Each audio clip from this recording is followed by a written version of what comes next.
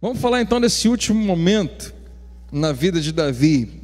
Na história toda de Davi, a gente foi tratando dos seus altos e baixos, dos momentos mais difíceis, dos mais tranquilos, dos momentos de glória, dos momentos de extrema angústia, quando Davi era perseguido, quando ele quase morre, quando ele mata muita gente, quando um monte de coisa acontece, quando tudo dá errado.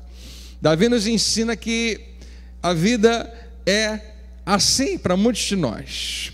E eu falei uma frase hoje de manhã que eu queria colocar aqui para você, que é uma lição que Davi aprendeu e nos ensina.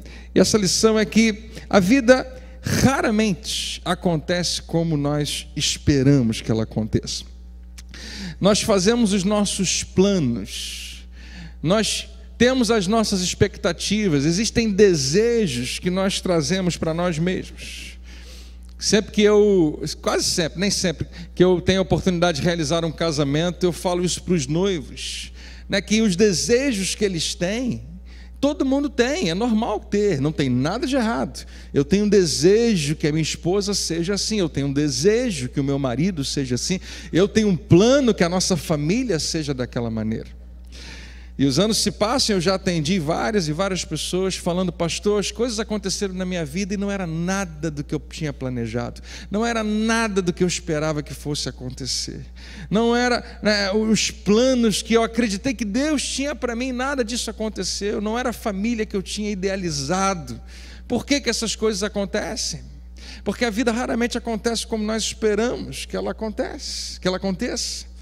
Eu falo para aquele casal que está na minha frente: olha, os desejos de vocês não tem o menor problema de permanecerem como desejos, mas quando vocês descerem aqui essa plataforma e caminharem por esse corredor e começarem a ser uma família, começarem a ser um casal, vocês correm um risco desse desejo se transformar numa expectativa.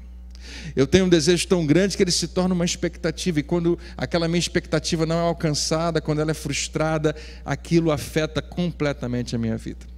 As pessoas mais tristes que você conhece, as pessoas que estão em profunda depressão, se você for procurar, tem tudo a ver com expectativas que não foram atendidas. Eu achei que ia ser de um jeito, eu queria que fosse de um jeito, eu desejei tanto, eu acreditei tanto, mas não aconteceu. E eu não estou dizendo para você não planejar, planejar é muito bom, aliás, é fantástico, né? Quantos aqui são casados com alguém que é bom de planejamento? Levanta a sua mão. Pouca gente. Isso é alarmante. Quantos aqui são bons planejadores? Gostam de planejar? São as mesmas pessoas, aparentemente. Não sei. Ou então são o marido. Aparentemente a maioria de nós não é muito bom nisso, né? Mas é uma coisa extremamente importante para a família, para o futuro, né? Planejar. Eu ouvi uma frase há muito tempo atrás e eu acredito demais nela: falhar em planejar é a mesma coisa que planejar para falhar. Quando você erra no preparo, no planejamento, você está se preparando para falhar, para errar no futuro. Realmente, muitas coisas se resolvem, muitas coisas se acertam quando a gente planeja. Mas, ainda assim, maior do que o planejamento é a realidade. A realidade sempre é maior. Mesmo que você tenha planejado e o seu plano seja ótimo, muitas vezes você é atropelado por algumas circunstâncias. Faz parte da vida. Davi nos ensina um pouco disso.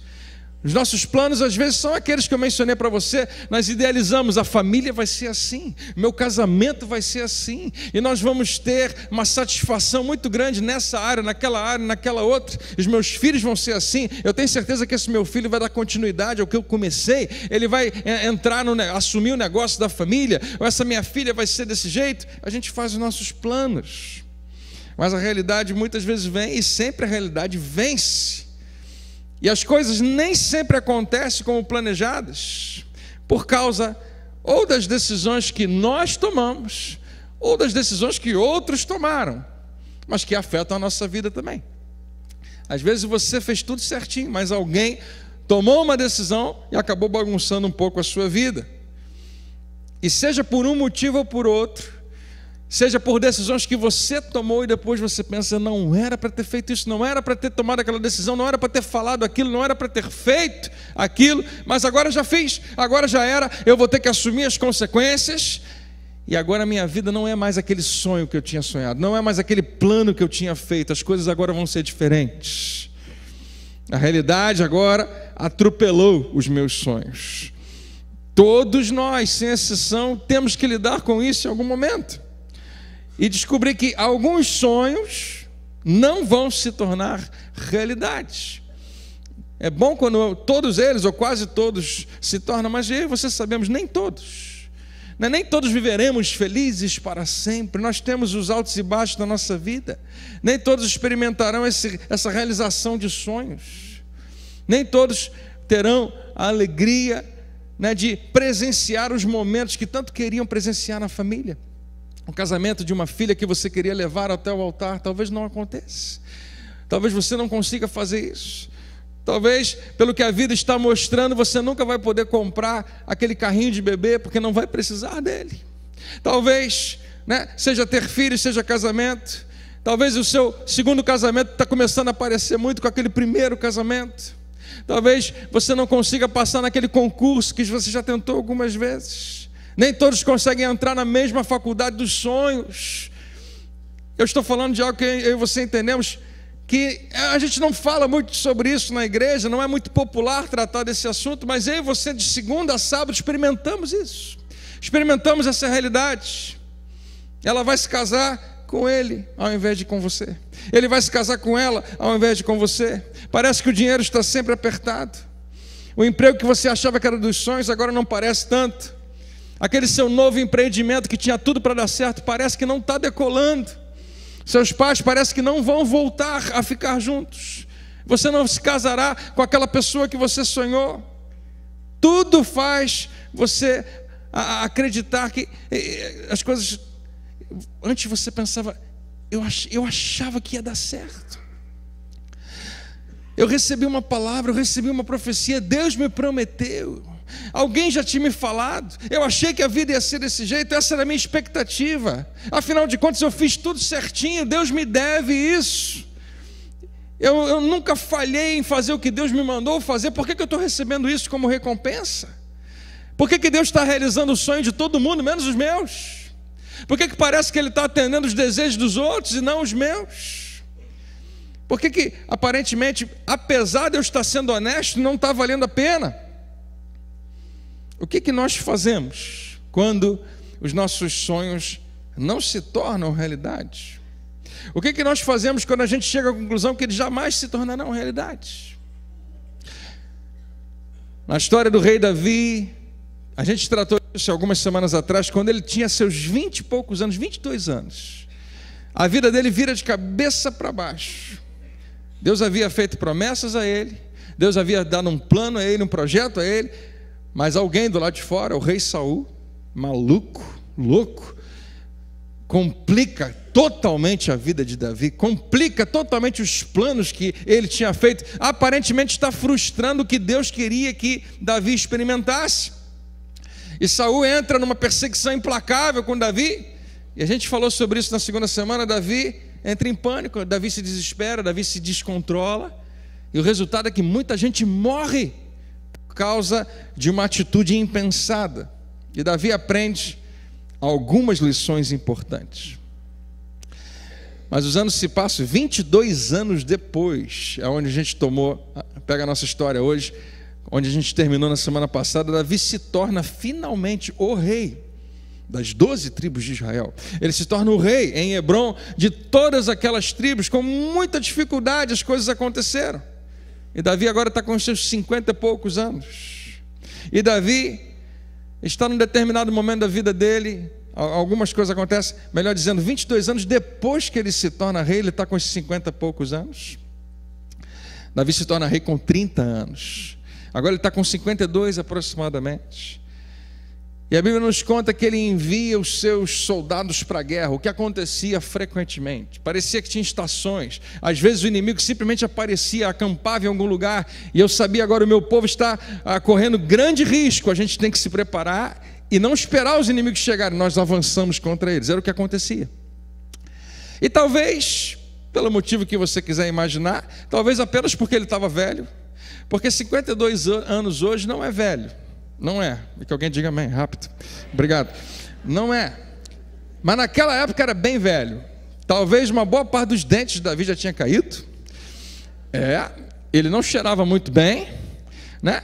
Não era aquele bonitão que a gente vê no cinema, que Davi foi interpretado, por exemplo, pelo Richard Gere, não sei se você sabe, né? Até hoje é um ator muito bonitão, não é mais, não tem nada a ver com aquilo. 52 anos, Davi já, talvez por causa da sua idade, Davi toma uma decisão que vai marcar sua vida inteira dali para frente. Os homens foram para a guerra e ele não vai.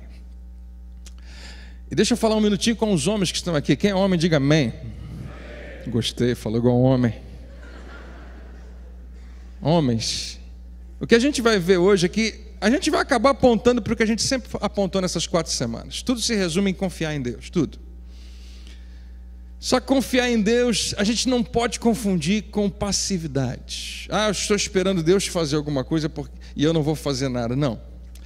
Essa história de Davi vai nos apontar um pouco para isso. Mas Davi, você sabe, é um exemplo de alguém que não era passivo. Ele era extremamente enérgico, ativo.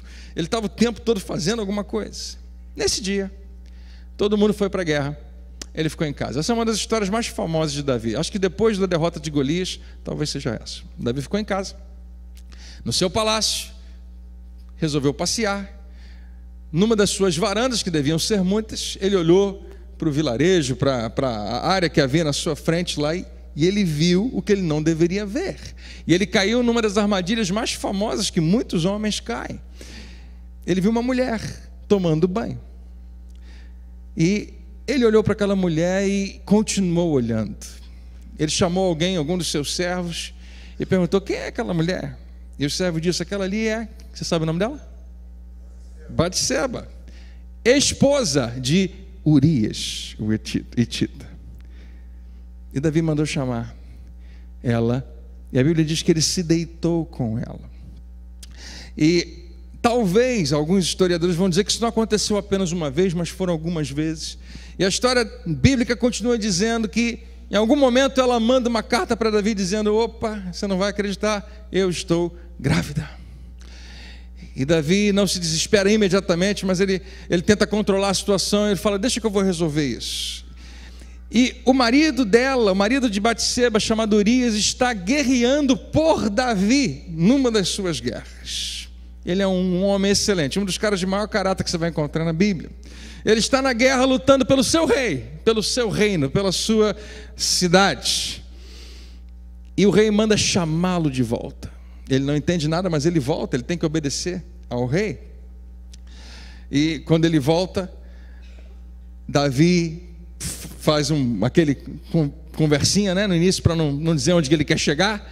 Como é que estão as coisas lá? Tudo bem no campo de batalha? Mas daí ele fala: olha só, eu te chamei para a gente só saber um pouco como é que estava, agora você pode ir para sua casa dormir. E ele se despede do rei, mas ao invés de ir para sua casa estar com a sua esposa, qual era o plano de Davi? Que ele estaria em casa com sua esposa, com certeza com saudade, teria uma noite, uma relação sexual, e pronto, está resolvido, está cobertado, agora o filho vai ser de Urias.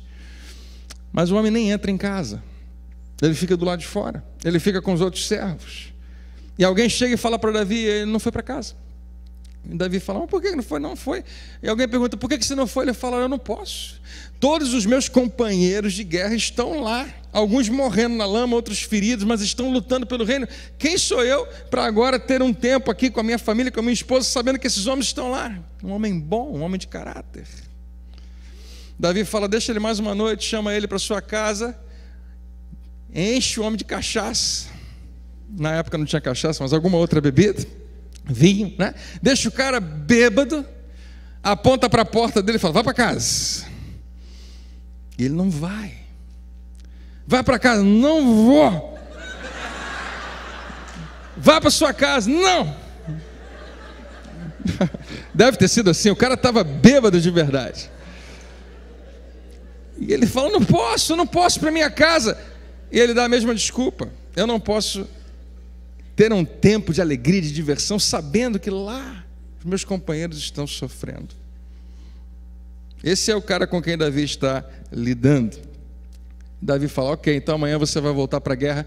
Davi escreve uma carta para Joabe, o seu general, e fala: eu queria que você fizesse um favor para mim, colocasse Urias no lugar mais difícil, no exército, na fileira que mais facilmente ele vai morrer. Em algum momento você vai dar um sinal e vai deixar ele sozinho, ou seja, você vai matar Urias, mas vai ficar parecendo que foram os outros exércitos que mataram, mas vocês simplesmente vão abandoná-lo. Davi escreve isso em algumas linhas, dá para Urias a carta entregar para Joabe, a sua sentença de morte, a sua própria sentença de morte. Acontece exatamente assim. Urias é largado no meio da batalha, lutando pelo seu povo, lutando pelo seu rei, ele morre. A notícia chega, Batseba fica extremamente consternada, começa a chorar, Davi a consola, traz para casa, ela se torna agora mais uma das suas esposas. E para todo mundo, ele agora vai criar o filho de uma outra pessoa. Mas todo mundo sabia porque num tempo, num lugar onde escravos estão por todos os lados, as paredes têm ouvidos, e todo mundo sabia, Joabe sabia, ele tinha recebido aquela carta, todo mundo sabia o que estava acontecendo. E chega até os ouvidos do profeta Natã. Acho que eu não coloquei aqui esses personagens, Davi, Batseba, e finalmente chega Natã. E Natã, que é o profeta, ele é a voz de Deus. Davi quer ouvi-lo o tempo todo. Ele chega até Davi e conta uma história para ele. Conta a história de dois personagens, um rico, o outro pobre, e o rico se aproveita da pobreza do outro, e é um personagem tão terrível. Davi fica extremamente irritado, chateado, e fala: esse cara, mesmo que seja uma história fictícia, esse cara deveria morrer. E Natã olha para ele e fala: esse cara é você. Você está falando de você mesmo, explica. Você tinha tudo que Deus te deu, e Deus, se precisasse, te dava ainda mais, mas na hora de escolher uma mulher, você escolhe de outra pessoa. E Davi finalmente tem aquele momento de cair em si. Davi verdadeiramente se arrepende. Davi mais uma vez nos lembra que, apesar dele ser o cara que ele era, o rei que ele era, uma coisa que ele sempre fez, ele nunca se confundiu com o rei. Ele era apenas mais um rei. E Davi amava a lei de Deus, mesmo quando a lei o quebrava, mesmo quando a lei o quebrantava. Ele permite que a lei de Deus o quebrante. Ele fala: eu pequei. No versículo 11 de 2 Samuel, capítulo 12, diz assim: assim diz o Senhor. Natã está falando para Davi: de sua própria família trarei desgraça sobre você. Depois que Davi fala isso, você fez isso às escondidas, Deus está falando, mas eu o farei diante de todo Israel em plena luz do dia. Deus está falando: o que você fez vai ser feito contra você, porque todo pecado, ele já vem pré-embalado como uma consequência. É natural que a gente compreenda isso. Claro que, vivendo no tempo da graça, nós às vezes achamos que isso não se aplica, porque o maior ônus do pecado, Jesus Cristo já pagou, e eu e você podemos ter confiança e convicção de que vamos viver para sempre com Ele, amém? Que verdadeiramente Ele nos perdoa. Mas os cristãos precisam compreender que, embora o Antigo Testamento não traga doutrina para a gente, ele traz princípios importantes. Todo pecado gera em algum nível uma consequência, gera em algum nível destruição. Eu e você sabemos disso, obviamente. Você já deve ter percebido, você já deve ter experimentado. E Davi, ainda que arrependido, tem que agora lidar com as consequências daquele pecado. E Natã continua dizendo: então Davi disse a Natã: pequei contra o Senhor. Davi revela o seu pensamento, volta para onde tinha que estar: arrependimento. E Natã respondeu: o Senhor perdoou o seu pecado, você não morrerá. Mas ele termina dizendo: perdão, já passei aqui. Mas ainda assim, ele já tinha dito que haveriam consequências. Davi não sabe exatamente quando essas consequências viriam, mas ele sabia de uma coisa: quando Deus fala alguma coisa, vai acontecer. E não aconteceu no primeiro ano, não aconteceu no segundo. 5 anos se passaram, 10 anos se passaram. Davi aparentemente está com tudo indo bem. Aparentemente vai tudo bem no reino, vai tudo bem no seu reinado, vai tudo bem na sua família, aparentemente. Embora agora ele esteja carregando consigo uma marca que todo mundo sabe, que afetou gravemente a sua moral. 10 anos depois, o seu filho primogênito, chamado Amnon, numa das passagens mais marcantes que você vai encontrar na Bíblia. Amnon. Amnon é o primogênito, ele é o próximo na linhagem para assumir o trono, que agora é de Davi. Amnon tem um problema sério, ele está consumido por um desejo sexual, pela sua própria irmã, pela sua meia-irmã. Era filha de Davi. E isso é extremamente forte nele, domina ele completamente. Olha que interessante, aparentemente alguma coisa foi semeada lá atrás e agora algum dos filhos estão colhendo isso. E Amnon tem esse desejo profundo pela sua irmã que chamava-se Tamar. E Tamar aparentemente nem sabe que Amnon existe, não dá muita bola para ele, não existe muita interatividade entre os dois. Mas Amnon está consumido, ele precisa que aquele seu desejo seja realizado.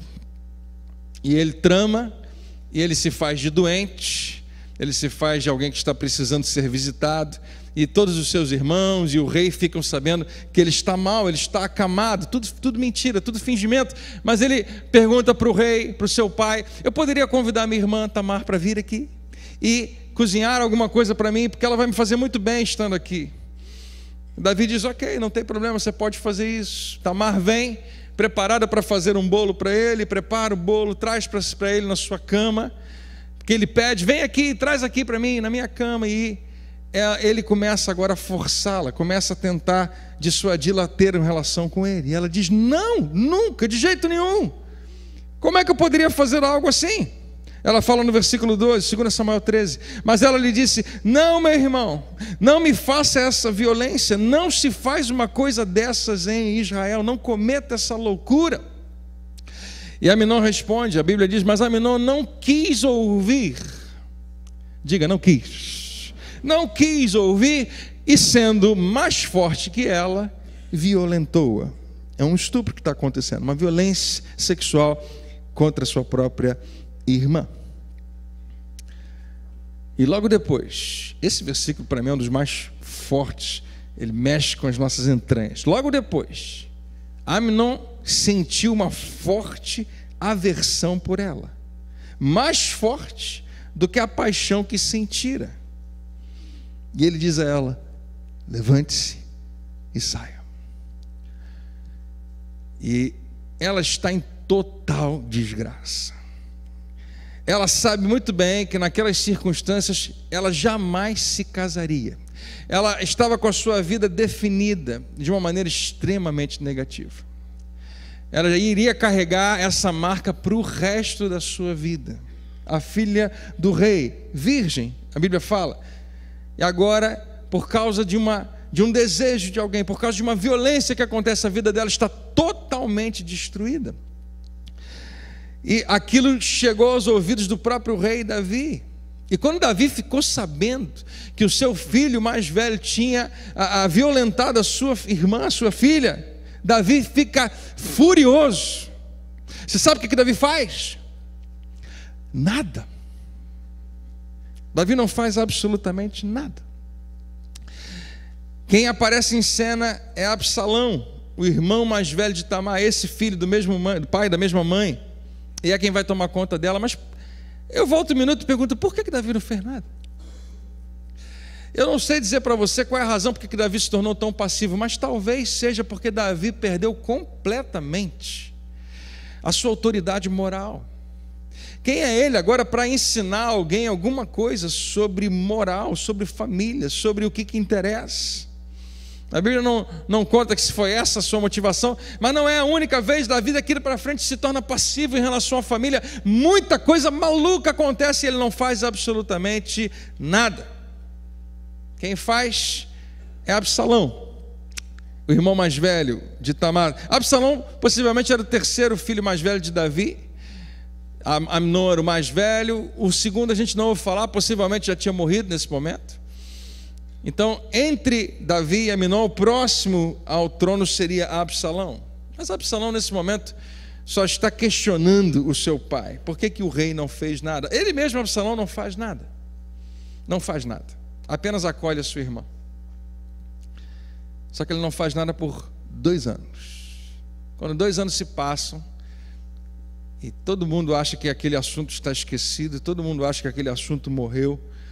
Absalão faz um negócio interessante, ele faz uma festa, e ele convida todos os seus irmãos, convida inclusive o rei Davi.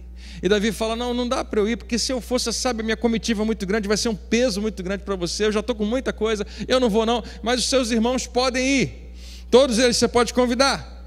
E Absalão convida todos os seus irmãos, entre eles está Amnon.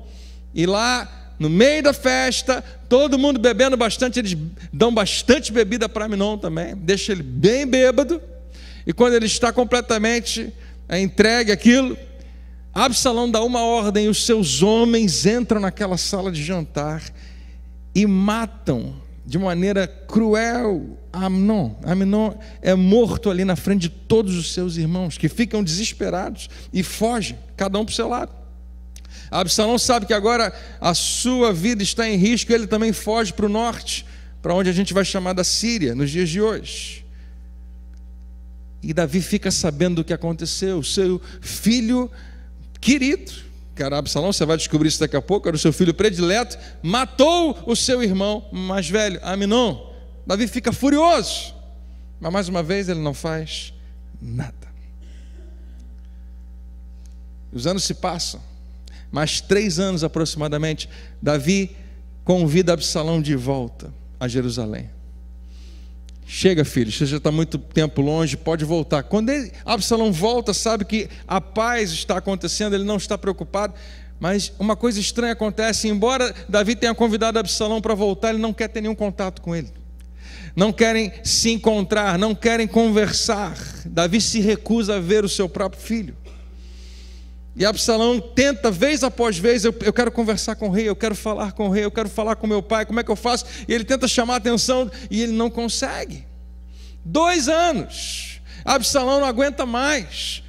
Que negócio é esse? Ele me chamou de volta para cá para eu ficar de castigo, para não poder ter contato com o meu próprio pai. Eu quero poder conversar com ele, eu quero saber como é que está a nossa relação. Absalão tem uma ideia. Já que ele não consegue falar com Davi, e ele tentou falar com Joabe, o seu general, várias vezes para ser o porta-voz, ele faz um negócio, chama os seus homens e fala, eu queria que vocês fizessem um negócio, tem uma plantação de cevada de Joabe ali no quintal dele, bota fogo lá, bota fogo em tudo lá. E eles põem fogo, e Joabe fica desesperado, o que está acontecendo? Foi Absalão, ele vai até Absalão, o que está acontecendo? E Absalão fala, finalmente você apareceu. Essa é a minha versão, não sei se está assim na Bíblia. Finalmente, Joabe, você apareceu, eu estou tentando falar contigo há muito tempo. Como é que a gente consegue falar com o rei? Eu estou há 2 anos tentando e agora, finalmente eu consegui a sua atenção. A Bíblia fala da seguinte maneira, eu coloquei isso para você, o rei Davi na Fernanda, eu quero ser recebido pelo rei. Se eu for culpado de alguma coisa, que ele me mande matar. Absalão estava assim, eu prefiro até morrer do que continuar nessa indiferença, nessa indefinição onde não há relacionamento. Se eu estou errado e ele não pode ter nenhum tipo de contato comigo, me manda matar logo. Esse é o discurso de Absalão. E Joabe fala, tá bom, deixa comigo, eu vou planejar um encontro. E ele faz de uma maneira que ele consegue. O rei finalmente recebe o seu filho Absalão, se encontram, se abraçam. E todo mundo que olha pensa, está tudo resolvido, está tudo perdoado. Davi está dando a impressão de que agora vai haver reconciliação. Mas nada disso acontece. Mais uma vez Davi se afasta, não quer mais ter contato nenhum com seu filho. Absalão está profundamente ferido, o que lhe dirige para uma outra fase na sua vida. Ele pensa, meus 2 irmãos mais velhos já morreram, o próximo na linhagem para ser rei sou eu, então quer saber? Eu vou tomar o reino para mim. Essa é a próxima ideia de Absalão. Ele não acredita mais no seu pai, ele não confia mais no seu pai, ele não acredita que Davi tem condição de reinar coisa nenhuma, e ele pensa, eu posso ser o próximo rei. E ele agora tem uma ideia sensacional, uma ideia muito comum até mesmo nos dias de hoje. Ele começa a fazer campanha, igual campanha eleitoral. Ele acorda cedo e ele vai para a porta da cidade, monta uma tenda lá, e todo mundo que entra na cidade, que quer ir estar com o rei para ter justiça, tem causa, tem problema, um vizinho fez alguma coisa, ninguém julga a minha causa, eles vão até o rei. Eles entravam na cidade, Absalão atendia eles primeiro, Faziam uma espécie de uma triagem. Qual é o seu problema? As pessoas contavam, falavam, olha, eu acho que a sua causa é muito importante, a gente precisa cuidar disso, mas o rei não tem tempo de te atender. E Absalão sempre está fazendo campanha, ele fala assim, quem me dera se eu fosse o rei. Se eu fosse, a sua causa seria julgada rapidamente e o teu problema seria resolvido. Você já viu isso em algum lugar? Né? Não é tão incomum nos dias de hoje. E Absalão faz isso com e todo mundo que chega na cidade, Absalão abraça, beija, pega a criança no colo. Você já viu isso, né? Distribui santinho, faz de tudo.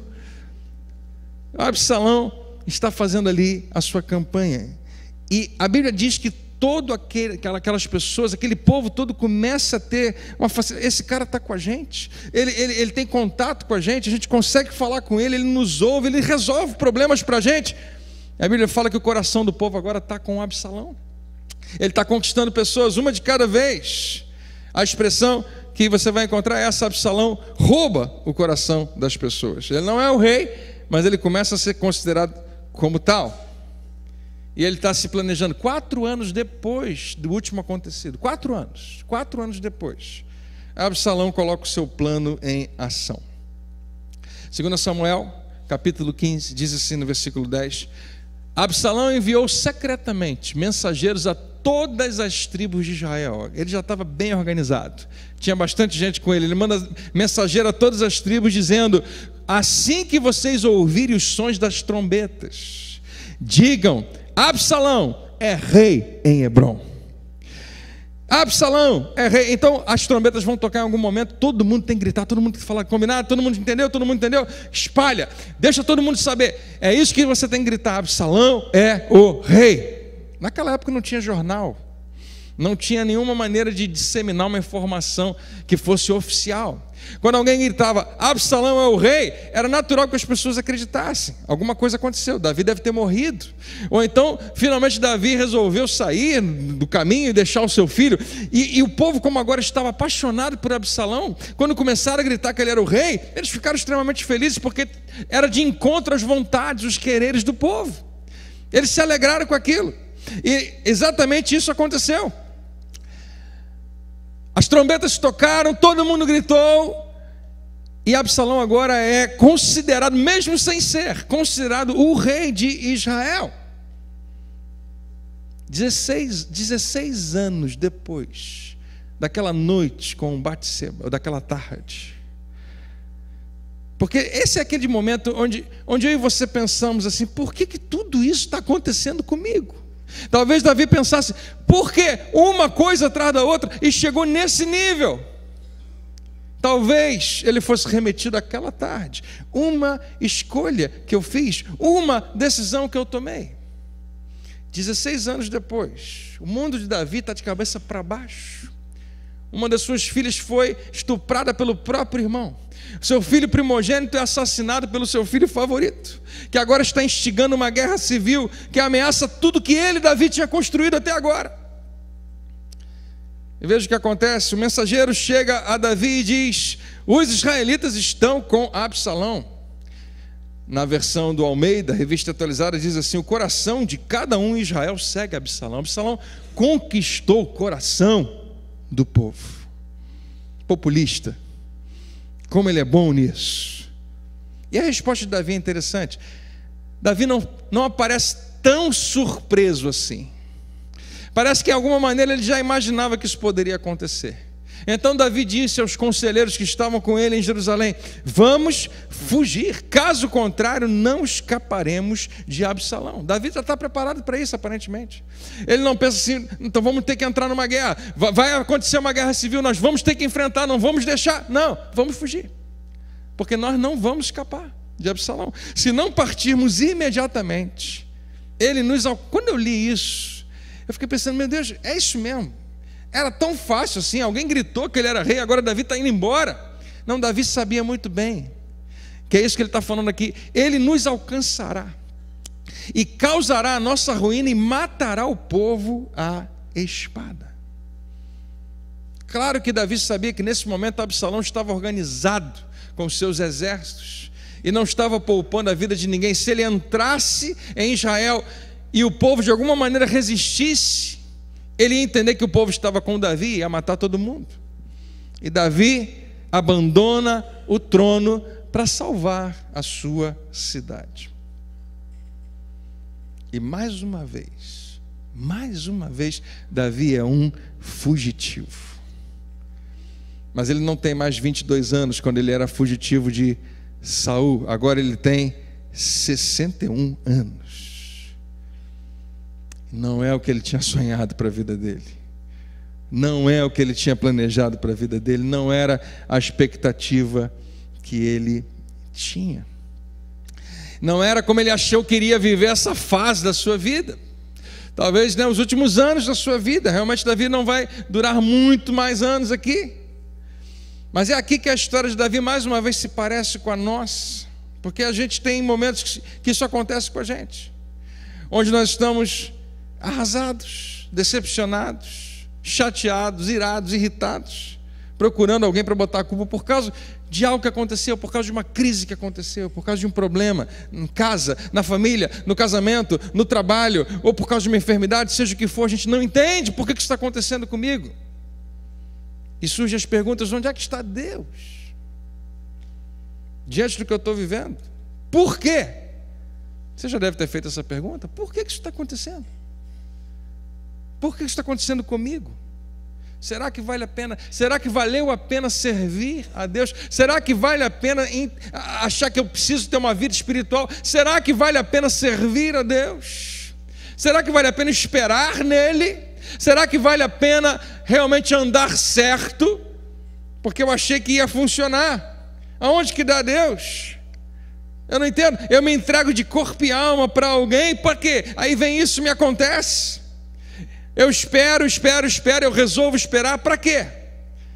Eu criei os meus filhos de uma maneira certa, direito, e olha o que está acontecendo agora. Eu me mantive honesto, sincero, íntegro, trabalhei duro, porque eu aprendi que se eu for honesto, coisas boas vão acontecer. E você foi honesto, perdeu seu emprego. E são em momentos assim, é interessante, quando essas crises acontecem, elas nos provam de tal maneira. São em momentos assim, em geral, que a gente piora as coisas. Quando nós estamos seriamente feridos, estamos tão irritados, estamos tão decepcionados, frustrados com Deus. Alguns dizem: eu estou de mal com Deus, que a gente acaba fazendo mais coisas para nos machucar, que vão nos causar mais arrependimentos. Criamos mais dívidas do que já tínhamos antes.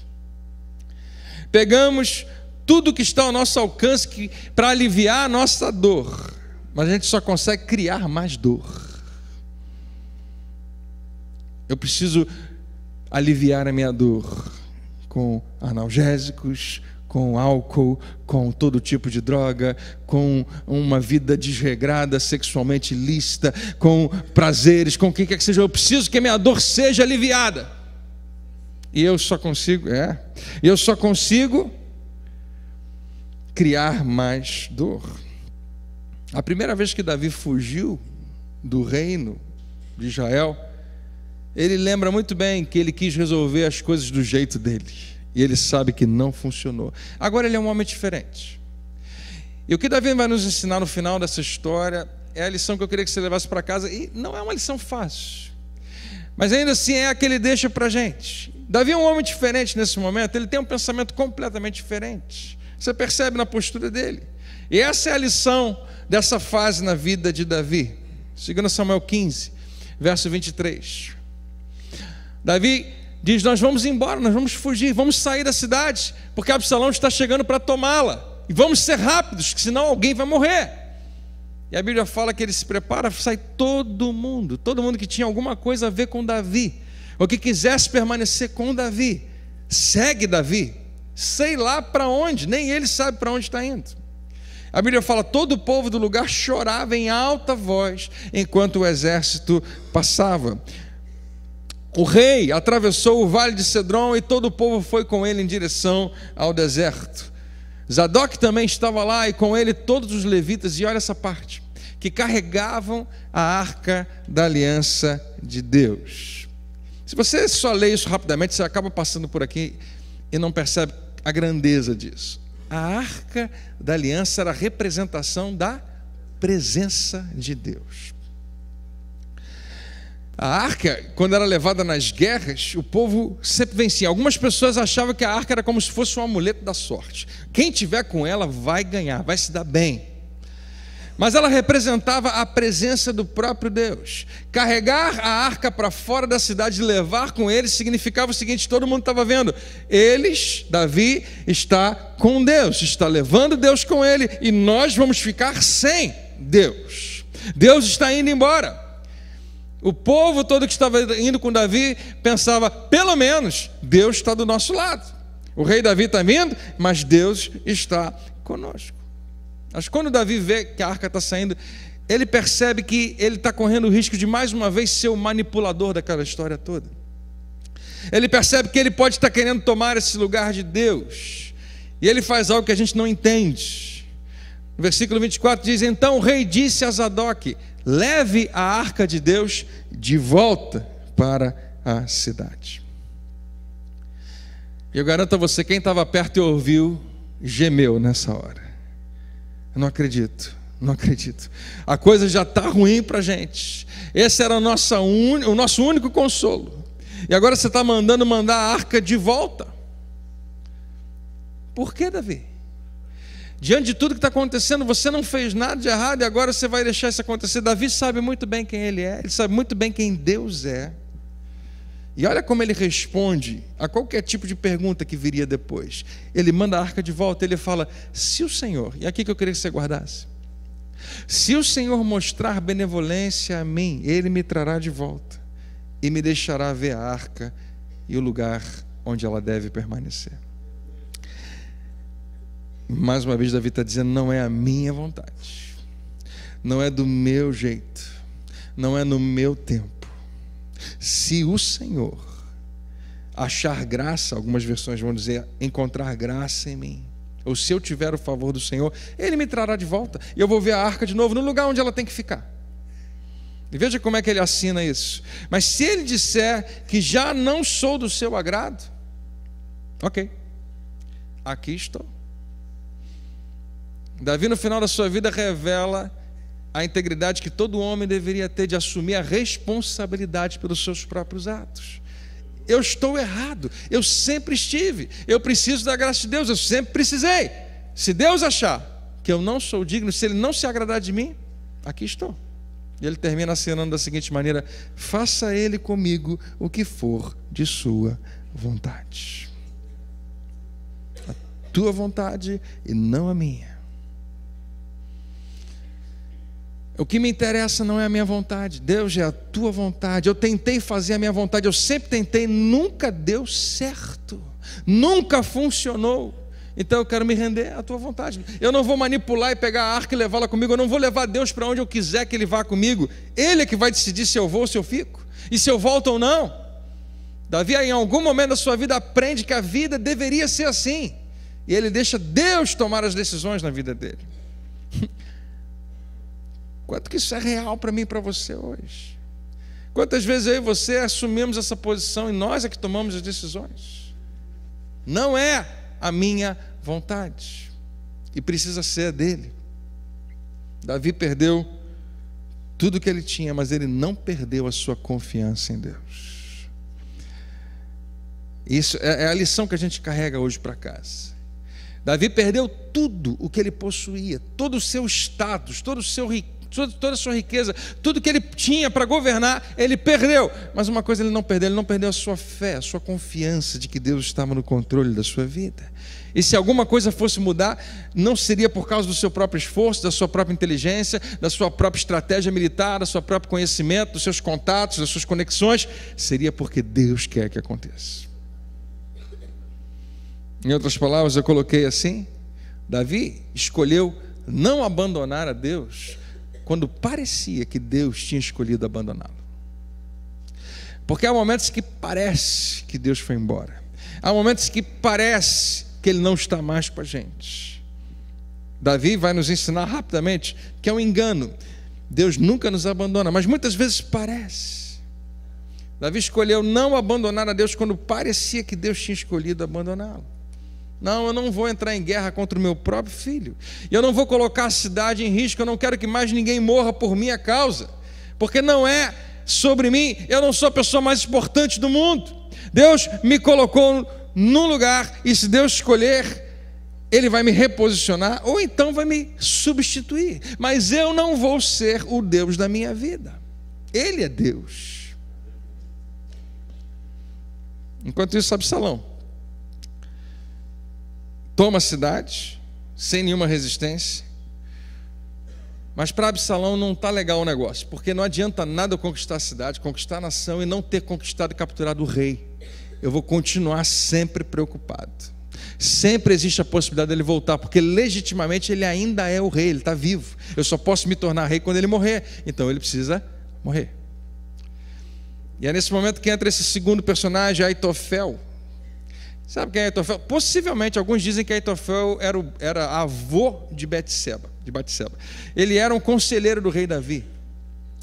Ele era um cara que aparecia, que todo rei precisava disso, e o rei trazia algumas ideias, algumas informações, eu quero fazer isso, e o homem com sua experiência dizia: rei, essa é uma ótima ideia, então não, o senhor não deve fazer isso por causa disso, daquilo, aquilo outro.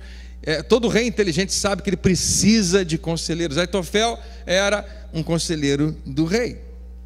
E ele recomenda a Absalão que vá atrás de Davi imediatamente. Aitofel, o que você acha que eu devo fazer? Aitofel era conselheiro de Davi antes. Só que quando ele percebeu que o negócio estava virando, ele virou a casaca também. E ele falou: não. Ele desaparece por um tempo, daqui a pouco ele aparece de novo e fala para Absalão: estamos aí, precisa de ajuda? Quero ser seu conselheiro. Absalão dá meio que um fora nele. Mas você não estava sendo fiel a outro? Não, de jeito nenhum eu sou fiel ao rei de Israel, que é você. Aquela coisa, né? Política. E ele fala: ok, o que você acha que eu devo fazer? Eu acho que você tem que correr para matar o seu pai o mais rápido possível. Porque se você deixar ele se organizar, nesse momento ele está cansado, nesse momento ele está fugindo, você tem que ser rápido em agir. Porque se você demorar muito, ele vai se organizar, ele vai formar um exército, ele vai conquistar outras alianças, vai vir contra você e vai te vencer, e vai te matar. Davi já previa que isso iria acontecer. E Davi, ele manda um camarada que também era um conselheiro do rei de volta. Esse camarada chamado Uzai. Uzai é esse último personagem que chega, está saindo junto com Davi. Davi olha para ele e fala: Uzai, eu quero que você volte. O quê? Quero que você volte para a cidade. Eu quero que você se apresente a Absalão como conselheiro dele, porque eu sei que Aitofel está lá. E Aitofel vai aconselhá-lo. E Aitofel é um bom conselheiro, vai aconselhar certo. Eu quero que você aconselhe errado. Eu quero que você se aproxime de Absalão e coloque por terra aquilo que Aitofel vai falar. Uzai topa. Ele pode voltar, ele consegue voltar. Quando na verdade ele entra na cidade, Absalão está chegando. Não existe nenhum risco de achar que ele está ali infiltrado. Ele já estava na cidade. E nesse momento Absalão pergunta: olha só, Uzai, você também é meu conselheiro. Aitofel sugeriu que eu fosse atrás do rei Davi agora e o matasse. O que você acha? E Uzai fala: olha, Aitofel é um cara muito legal, mas dessa vez eu acho que ele está errado. Ele diz assim: Uzai respondeu: o conselho que Aitofel deu dessa vez não é bom. E ele diz assim: sabes que o teu pai e os homens que estão com ele são guerreiros. E ele coloca uma outra perspectiva. Ele faz Absalão pensar que pode ser uma má ideia aí naquele momento. E ele continua dizendo: e estão furiosos como uma ursa selvagem da qual roubaram seus filhotes.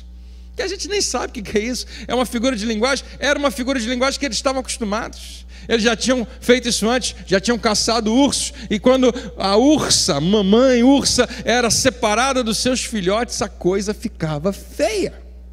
Ela se irritava de uma maneira que ela atacava tudo que estava na frente. E ele está usando essa figura para dizer: assim está Davi e seus guerreiros. Estão prontos para a guerra. Se você aparecer lá, vocês vão ser consumidos. E ele continua: ele agora, falando de Davi, deve já estar escondido numa caverna. Não pense que ele é bobo de ficar exposto a qualquer lugar. Ele é estrategista, ele está bem escondido. Ele está em alguma caverna ou em algum outro lugar. E ele recomenda então a Absalão: reúna todas as tuas tribos. Em algum momento, um pouco mais à frente, você vai entrar em campanha contra Davi, mas não faça isso imediatamente. E Absalão ouve aquele conselho e acha muito bom.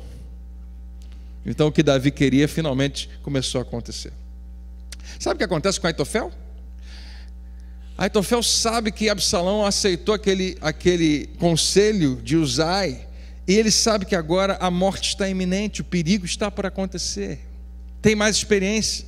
Ele vai para casa e se enforca. Legal a Bíblia, né, gente? Tem umas coisas assim diferentes. Parece seriado, né? Algumas coisas, mas eu sei, mas isso realmente aconteceu. E Davi agora está se preparando para ter que em algum momento lutar contra o seu filho. Isso acontece logo em seguida quando ele entra numa cidade chamada Manaim. Ele ouve que Absalão está chegando. Davi, muito experiente, muito inteligente, reúne os seus exércitos, separa em 3 grupos, coloca um general para cada um daqueles grupos.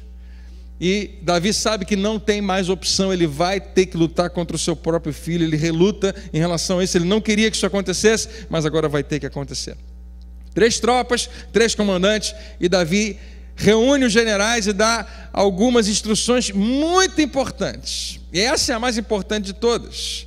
É explícito que ele fala. 2 Samuel 18, verso 5 diz assim: o rei ordenou a esses 3, Joabe, Abisai e Aitai, por amor a mim, tratem bem o jovem Absalão.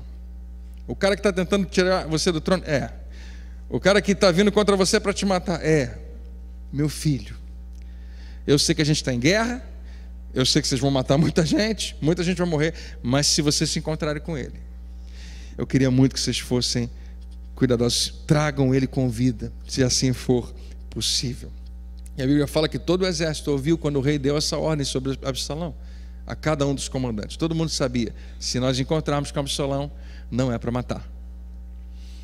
Mas o exército sai em campo, a Bíblia diz, para enfrentar Israel, e a batalha aconteceu não em campo aberto, como em geral acontecia, mas aconteceu numa floresta. Isso era muito incomum. Uma batalha acontecendo no meio de uma floresta densa, a floresta de Efraim. Uma batalha numa floresta é mais parecido com o que a gente vê às vezes em guerrilhas, não em guerras. Porque numa batalha, numa floresta, não é tão importante o tamanho do seu exército, a quantidade de soldados que você tem, mas é a experiência e a organização que mandam naquela guerra. Davi tinha 3 generais experimentados e independentes. O exército de Absalão só contava com ele, era só ele e ele mandando. Verso 7, onde o exército de Israel foi derrotado pelos soldados de Davi, foram destruídos e muita gente morreu. A Bíblia fala, houve grande matança naquele dia, elevando-se o número de mortos a 20 mil. 20 mil homens morreram. E ele explica como a batalha aconteceu. A batalha espalhou-se por toda a região, e naquele dia a floresta matou mais do que a espada. Talvez você esteja pensando como eu pensei, que a floresta matar mais do que a espada é como se fosse do Senhor dos Anéis, que tinha aquelas árvores grandes que engolia as pessoas. Eu não acho que foi isso que aconteceu. Na verdade, as raízes altas era para tropeçar o tempo todo, cavalos, pessoas andando. Os galhos mais baixos, com certeza, também eram obstáculos. A densidade da floresta, tudo que estava acontecendo, os pântanos, era um péssimo lugar para se guerrear. E muita gente morreu facilmente lá por causa das condições. Absalão é encontrado. E a despeito do que Davi tinha pedido, Joabe vai lá e mata Absalão. E o exército de Absalão agora se espalha, e chega a notícia para Davi que Absalão morreu. E Davi chora, e chora muito, e chora tanto pelo seu filho Absalão, que estava vindo matá-lo. Ele chora tanto por ele que os seus soldados, os seus generais ficam preocupados e falam: Davi, o que está acontecendo? A turma está achando que você está considerando que a gente perdeu, que você preferia que a gente tivesse perdido, que você estava torcendo pelo seu filho. É isso mesmo? Você tem que lavar o teu rosto, vem ficar com a gente, vamos celebrar, porque nós estamos devolvendo o reino a você. Você vai ser rei outra vez hoje por causa desses homens, e você está aí chorando pelo seu filho. E Davi recobre os seus sentidos e volta. Essa é a história de Davi. Davi vai voltar agora a ser rei com os seus 61 anos de idade, e ele vai reinar por mais 9 anos, mas nunca mais a sua vida vai ser a mesma, e com 70 anos ele morre. não é um final feliz, não é o sonho que ele tinha para a sua vida e para a sua família. E a veracidade da palavra de Deus se revela justamente em que os historiadores, os biógrafos da vida de Davi, não escondem nenhuma dessas coisas, nenhuma dessas falhas, nenhuma dessas dores. Davi era um cara extremamente falho, mas que nunca perdeu a sua confiança no Senhor. Preste atenção nisso.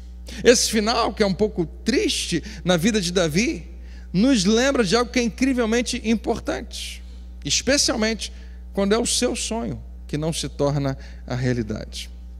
Eu queria terminar dizendo para você isso, que a base da nossa fé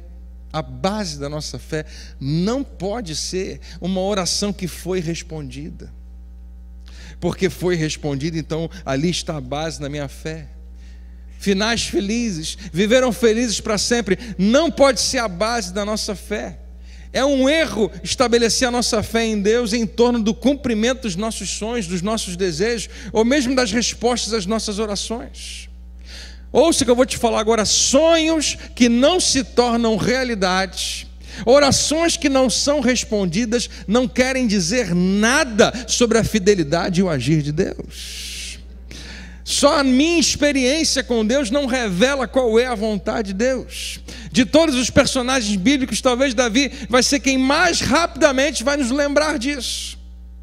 E a gente falou sobre isso algumas semanas atrás, que quando nós nos sentimos desamparados, que quando nós nos sentimos abandonados, nós estamos enganados. Ele prometeu que jamais vai te deixar, jamais vai te abandonar.